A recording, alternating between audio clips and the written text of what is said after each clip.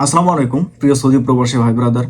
আপনারা যারা কফিলের আন্ডারে কাজ না করে বাইরে কাজ করেন বা কোম্পানির আন্ডারে কাজ না করে বাইরে কাজ করেন, তাদের জন্য একটি সতর্কবার্তা। আমার পাশে যে ছবিটি দেখতে পাচ্ছেন, এটা সৌদি আরবের পাসপোর্ট অধিদপ্তর অর্থাৎ জাওয়াজাত কর্তৃক প্রকাশিত একটি বিজ্ঞপ্তি।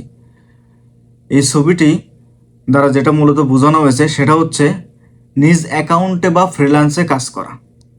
বিজ্ঞপ্তিতে বলা হয়েছে, যদি কোনো প্রবাসী তার নির্ধারিত নিয়োগকর্তা বা কফিলের অধীনে কাজ না করে নিজের জন্য বা স্বাধীনভাবে কাজ করেন, তবে সেটি আইনত দণ্ডনীয় অপরাধ।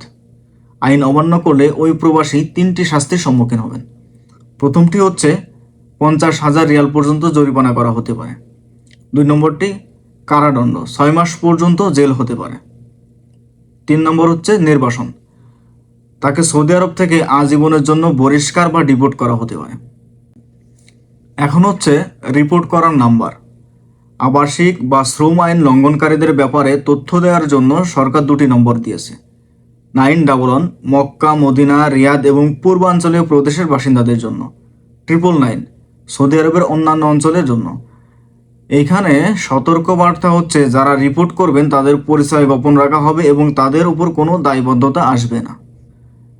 মেন কথা, সৌদি আরবে যে কোম্পানি বা কফিলের নামে আপনার ভিসা বা আকামা, শুধুমাত্র সেইখানে কাজ করা বাধ্যতামূলক। বাইরে স্বাধীনভাবে কাজ করা বড় ধরনের ঝুঁকি বহন করে। ধন্যবাদ।